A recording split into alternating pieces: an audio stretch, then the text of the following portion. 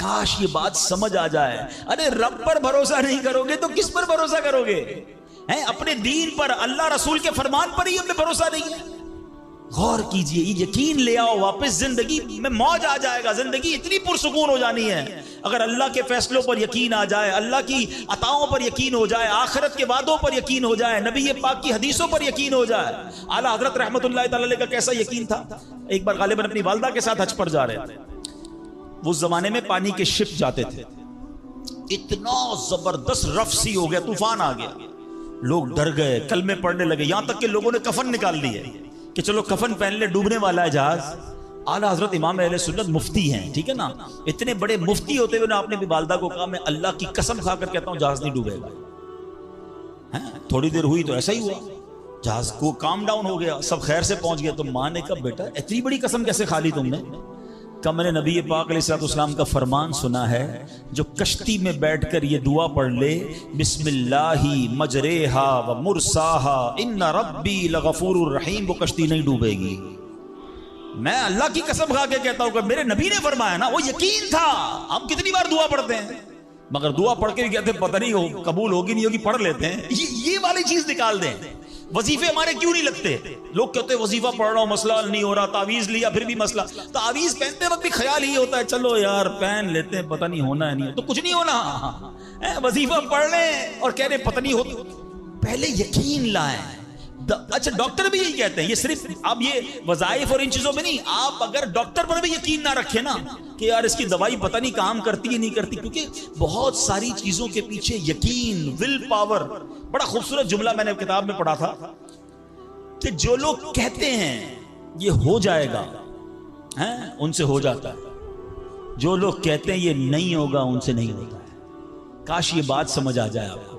ہو جائے گا، اب کر لو گے. بڑے بڑے کام لوگ کر جاتے ہیں، میں کر لوں گا انشاءاللہ، پتہ نہیں ہوگا نہیں ہوگا، ٹرائی کر لیتا ہوں، پہلے ہی سمجھ لو نہیں ہوگا. اندر حوصلہ تو لائیں نا، یقین تو لائیں. اگر رب پر ہی بھروسہ نہیں ہوگا تو ہم کدھر جائیں گے؟ اب ذرا سنیے گا کہ ایک ڈاکوؤں کا گروہ جو تھا ڈکیتی کے لیے ایک جگہ پہنچا، تو وہاں کھجور کے 3 درخت تھے. ایک درخت خشک تھا، یعنی اس میں پھل نہیں لگے ہوئے تھے. دوسرا درخت پھلدار تھا. تو ڈاکوؤں کا سردار نے دیکھا کہ ایک چڑیا جو ہے وہ پھلدار درخت سے اڑتی ہے، خشک درخت پر جاتی ہے، واپس پھلدار درخت پہ آتی ہے، پھر خشک درخت پر جاتی ہے. تو اس نے کہا چکر لگائی جا رہی ہے، کوئی ماجرا ہے. تو اس نے غور سے دیکھا تو کیا دیکھا کہ وہ چڑیا جو ہے وہ پھلدار درخت سے جو ہے وہ کھجور لیتی ہے، اور جب خشک درخت پر جاتی ہے تو وہاں ایک اندھا سانپ منہ کھولے بیٹھا ہے. وہ چڑیا جا کر اس کے منہ میں کھجور ڈال کے آتی ہے، پھر دوبارہ جاتی ہے کھجور لا کر پھر اس سانپ کے منہ میں ڈالتی ہے. وہ جب ڈاکوؤں نے دیکھا تو وہ تو حیران ہو گیا، رونے لگ گیا کہ اے اللہ پاک، یہ وہ جانور ہے سانپ جس کو مارنے کا حکم تیرے پیارے حبیب علیہ السلام نے دیا ہے، کیونکہ یہ مسلمانوں کو تکلیف پہنچاتا ہے. مگر تو نے جب اس کی آنکھیں لی تو اس کی رزق کا انتظام کر دیا اور ایک چڑیا کی ڈیوٹی لگا دی کہ وہ جا کر اس کو کھانا پہنچائے. تو میں تو اشرف المخلوقات ہوں، میں تیرے بندوں کو لوٹ رہا ہوں، اے اللہ تو میری توبہ قبول فرما، میں آئندہ ایسا نہیں کروں گا. یہ رونے لگا. اب یہ سوچ رہا ہے سبحان اللہ. تو اللہ اکبر، غیب سے آواز آئی کہ اے فلاں میری توبہ کا دروازہ کھلا ہوا ہے. ڈاکو کہتا ہے یا اللہ میں نے توبہ کی. پھر غیب سے آواز آئی ہم نے تیری توبہ قبول کر لی. اچھا جب اس نے توبہ کی تو اس کے سارے ساتھی سن رہے تھے کہ سردار آپ نے توبہ کی، ہم نے بھی توبہ کی. کہا سوچو تو صحیح، ہم ڈکیتی کر رہے ہیں، ہم چوری کر رہے ہیں، رب جب اس اندھے سانپ کو روزی دے گا تو ہمیں کیوں نہیں دے گا؟ ہم اللہ کی قدرت پر یقین کیوں نہ رکھیں؟ سب نے توبہ کر دی. اب جب توبہ کر لی تو انہوں نے کہا کہ اب ایسا کرتے ہیں کہ حج کو چلتے ہیں. سارا قافلہ بنا کر ڈاکوؤں کا قافلہ توبہ کر کے چلا حج کرنے. جب مکہ پاک کے قریب پہنچے نا تو وہاں ایک نابینا بڑھیا تھی. وہ ہر قافلے والے سے اس ڈاکوؤں کے سردار کا نام لے کے پوچھتی تھی. وہ بندہ آیا تو ڈاکوؤں کا جب قافلہ ہے تو کہا میں ہی تو وہ ہوں. تو کہا یہ میرے کپڑے تمہارے لیے ہیں. بولا آپ مجھے کپڑے کیوں دے رہی ہیں؟ کہا میرا ایک بیٹا تھا اور وہ بیٹا جو ہے اس کے کچھ دن پہلے، بڑا نیک بیٹا تھا میرا، کچھ دن پہلے اس بیٹے کا انتقال ہوا ہے، یہ اسی کے کپڑے ہیں. 3 دن سے مسلسل نبی پاک علیہ السلام میرے خواب میں تشریف لا رہے ہیں اور فرما رہے ہیں کہ اس نام کا بندہ آئے گا، اس کو یہ کپڑے دے دینا. ہائے ہائے، ذرا سوچو تو صحیح، جب رب توبہ قبول کرتا ہے تو مرتبے کیسے بڑھا دیتا کاش یہ بات سمجھ آ جائے. اللہ سے بندہ جب دوستی کر لیتا ہے نا, اللہ پچھلے گناہ معاف فرما دیتا ہے, بلکہ اللہ راضی ہو جائے تو گناہوں کو نیکیوں میں بدل دیتا ہے. مگر کیسے اس ڈاکو کو توبہ نصیب ہوئی؟ یقین. کاش حرام کمانے والا, سود کا کام کرنے والا, کاش رشوت لینے والا, ڈاکہ ڈالنے والا, چوری کرنے والا یہ سوچے کہ میں کیوں کر رہا ہوں, ملاوٹ کرنے والا سوچے. اللہ پر بھروسہ تو رکھو یار, رب نے میرا نصیب لکھا ہوا, جو میرے نصیب میں مجھے مل کر رہے گا. کاش یہ بات سمجھ آ جائے. صدیق اکبر رضی اللہ تعالیٰ مسلمانوں کے پہلے خلیفہ, جب آپ نے یہ آیت پڑھی نا قرآن پاک میں, اللہ ارشاد فرماتا ہے وما من دابۃ فی الارض الا علی اللہ رزقها. اللہ فرماتا ہے اور زمین پر چلنے والا کوئی جاندار ایسا نہیں جس کا رزق اللہ کے ذمہ کرم پر نہ ہو. آپ فرماتے ہیں کہ جب سے میں نے یہ آیت پڑھ لی, خدا کی قسم میں نے روزی کی فکر کرنا چھوڑ دی ہے. کہ جب اللہ نے ہر کسی کا رزق اپنے ذمہ پہ لے لیا تو مجھے کس بات کی ٹینشن ہے. کاش ہمیں یہ بات سمجھ آ جائے کہ ہمیں اب ذرا غور کریں. ابھی یہ اجتماع ختم ہوگا, اگر میں آپ سب کو کہوں کہ بتائیں آپ کے لیے کیا دعا کروانی ہے, تو تقریباً 70-80% لوگوں نے پتہ کیا کہنا ہے, حضور روزی میں برکت کی دعا کر دیں, کاروبار میں برکت کی دعا کر دیں, نوکری نہیں لگ رہی اس کی دعا کر دیں. میں نہیں کہتا یہ دعا نہیں کرنی چاہیے, اللہ سے نہیں مانگیں گے تو کس سے مانگیں گے, لیکن کوئی تو کہے کہ میری ایمان پر موت کے لیے دعا کر دیں, میری قبر جنت کا باغ بن جائے اس کے لیے دعا کر دیں, میں آخرت میں جاؤں تو اللہ مجھ سے راضی ہو جائے اس کے لیے دعا کر دیں. فرق دیکھیں, میری اور آپ کی ٹینشن کیا ہے, دنیا, روزی, مال, حالانکہ اس کا وعدہ ہے, دانے دانے پر لکھا ہے کھانے والے کا نام, مجھے مل کر رہے گا.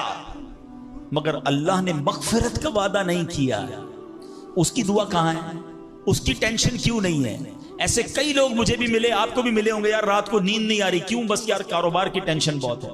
کبھی زندگی میں ایک رات میری اور آپ کی ایسی گزری کہ اس ٹینشن میں نیند نہ آئی ہو کہ قبر میں جاؤں گا تو قبر جنت کا باغ بنے گی یا دوزخ کا گھڑا بنے گا, کلمے والی موت ملے گی کہ نہیں, جنت میں جاؤں گا یا دوزخ میں جاؤں گا.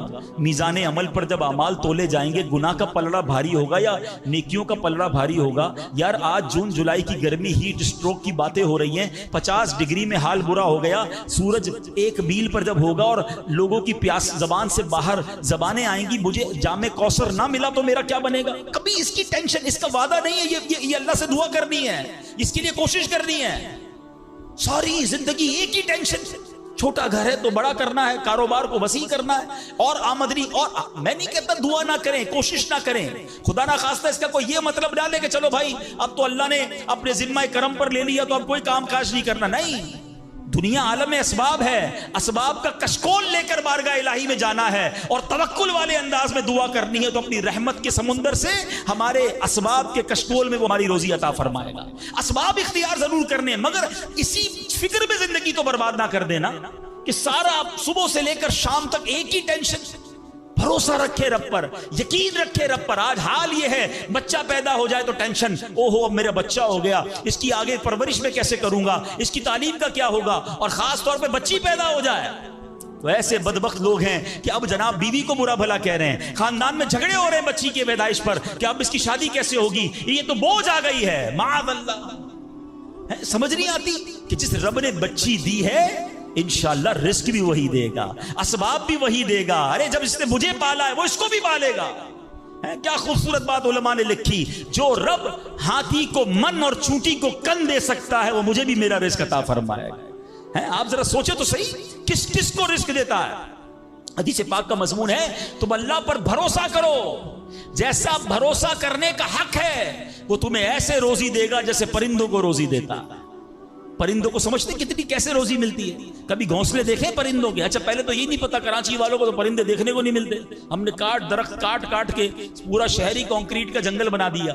ورنہ یہ پوچھے بزرگوں سے, ہم بھی چھوٹے تھے تتلیاں بھی دکھتی تھی, صبح مدرسے اسکول جاتے تھے تو کوئل کی آواز بھی آتی تھی. اب تو کراچی والوں کے ہارن کی آواز آتی ہے ہم کو. اب تو یہ پرندے بھی چلے گئے. کہاں چلے گئے؟ ہم نے درخت کاٹے, ہمیں نظر ہی نہیں کہ درخت ہے کیا. آج گاڑی پارک کرنے کے لیے ہر بندہ درخت کا سایہ ڈھونڈ رہا ہے مگر درخت لگاتا نہیں ہے. کاش یہ بات سمجھ آ جائے کہ جتنے درخت لگتے جائیں گے شہر یا ملک خوشگوار بھی ہوگا, موسم بھی کول ڈاؤن ہو جائے گا. یہ جو آج ہم کہتے ہیں نا اتنی گرمی بڑھتی جا رہی ہے, اس کی بڑی وجہ یہ ہے یہ میرا موضوع نہیں ہے، لیکن جو موسم کا تغیرات، کلائمیٹ ڈس آرڈر ہے، کاش یہ بات سمجھ آئے کہ پلانٹیشن نہیں ہم کر رہے، ہم پودے نہیں لگاتے بلکہ پودے کاٹ دیتے ہیں. کتنے درخت کاٹے، کتنے جنگل ختم کر دیے ہم نے. الحمدللہ دعوت اسلامی کا شعبہ FGRF، اب پلانٹیشن ہم کرتے چلے جا رہے ہیں. 30 لاکھ پودے لگائے، مگر یہ تھوڑے ہیں. کاش میری یہ بات لوگ سن رہے ہوں کہ اگر آپ نے اپنے آنے والی نسلوں کو خوشگوار موسم دینا ہے، اچھے حالات دینے ہیں، ٹھنڈی چھاؤں دینی ہے، آکسیجن کی فیکٹریاں دینی ہیں، تو ہم سب کو کم از کم ایک پودا لگانا چاہیے. 24 کروڑ پاکستانی سب صرف ایک پودا لگائیں اور اس پودے کو درخت بنائیں. صرف پودے کو بچے کی طرح پالیں. آپ یقین کریں ہمارا ملک ایک پورا ملک ہی باغ بن جائے گا. تو اب ذرا سوچیں کہ ہمیں یہ بات سمجھنی ہے کہ یہ گھونسلے، یہ جو حدیث میں سنا رہا تھا، بات کہاں سے چلی کہ اللہ پرندوں کو کیسے رزق دیتا ہے. آپ کو پتا پرندے کتنے؟ ایک تحقیق کے مطابق اس دنیا میں جتنے انسان ہوتے ہیں نا، ملٹی پلائی بائی 10 جانور ہوتے ہیں. اگر 800 کروڑ انسان ہیں، 8 ارب کے قریب آبادی ہو گئی دنیا کی، 800 کروڑ 8 ارب، تو آپ سمجھو کہ 80 ارب جانور ہیں دنیا میں. اور کہا جاتا ہے ملٹی پلائی بائی 10 کریں اس کو تو اتنے پرندے ہوتے ہیں. یعنی اس کا مطلب 800 ارب کم و بیش پرندے ہیں دنیا میں. آپ نے پرندوں کے گھونسلے دیکھے کبھی؟ جب گھر سے صبح اڑتے ہیں نا اپنے گھونسلے سے، سب کے پیٹ خالی ہوتے ہیں. گھونسلے میں کوئی کبڈ نہیں ہوتی ہے، کوئی شام کا دوسرے دن کا چارہ نہیں ہوتا ہے، بچے چھوٹے چھوٹے چھوڑ کر جاتے ہیں. مگر یہ 800 ارب پرندے جب شام کو گھونسلے میں آتے ہیں، اللہ سب کو رزق دے چکا ہوتا ہے. کوئی پرندہ دنیا میں بھوکا نہیں سوتا. کیا خوبصورت بات! سمجھو اس کا مزہ لو نا. رب ہاتھی کو من دیتا ہے، اس کو ہاتھی کو کتنا کھانا چاہیے؟ دنیا میں کتنے ہاتھی ہوں گے، اس کو روز کے منو کھانا مل جاتا ہے. اور چونٹی کو کن چاہیے ہوتا ہے چھوٹا سا، وہ رب اس کو کن بھی دے دیتا ہے. پرندوں کو روزی دے دیتا ہے. اور جو اشرف المخلوقات ہیں وہ ٹینشن کھا رہے ہیں، وہ کبھی بلڈ پریشر کی گولی، تو کبھی شوگر کی گولی، کبھی ڈاکٹر کے پاس. ٹینشن بہت ہے ڈاکٹر صاحب، 2 سال بعد کیا ہوگا، مارکیٹ ڈاؤن. ارے بھائی تب سب چیزوں کا وعدہ ہے اور تم اس ٹینشن میں رہ گئے. ارے یہ کوشش کرنی تھی تو آخرت کی کرنی تھی، اللہ کو راضی کرنے کی کرنی تھی. لیکن ان تمام باتوں کے باوجود، جیسے میں نے کہا نا کہ چھوڑنا نہیں ہے کام کاج. کچھ بے وقوف لوگ یہ سمجھ رہے ہوتے ہیں ایسا نہیں ہوگا. بڑی خوبصورت ایک بات اور کر دوں کہ اللہ پر بھروسہ کیسا کرنا ہے. ایک صوفی بزرگ شیخ سعدی لکھتے ہیں کہ ایک شخص تھا، گھر سے محنت مزدوری کے لیے، کام کاج کے لیے نکلا. اس نے دیکھا کہ ایک لومڑی ہے، اندھی ہے، اپاہج ہے، نہ دیکھ سکتی ہے نہ چل سکتی ہے. وہ حیران ہو گیا، ہاتھ پیر بھی نہیں، آنکھیں بھی نہیں، یہ لومڑی کھاتی کہاں سے ہے؟ چیک کرتا ہوں. تھوڑی دیر بیٹھا تو ایک شیر آیا. شیر نے کہیں سے شکار کیا تھا، وہ اپنا شکار لومڑی